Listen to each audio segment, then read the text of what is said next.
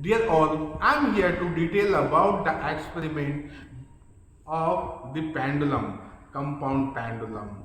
So you can see it is the bar of the compound pendulum of length 1 meter, and there are 19 holes, 1, 2, 3, 4, 5, and so on.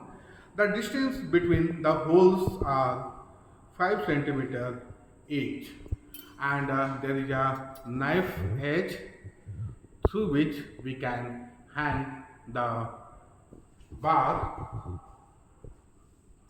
for the experiment, and it is a like a it is a frame like a tripod. The slotted groove, with the help of that we can insert the compound pendulum.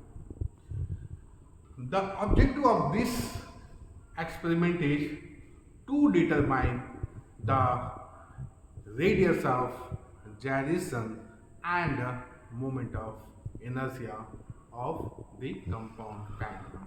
The difference between the compound pendulum and the simple pendulum is, in the compound pendulum the mass is distributed over the length, but in the simple pendulum mass is con- uh, concentrated at the end of its uh, link or rope, means at the bob.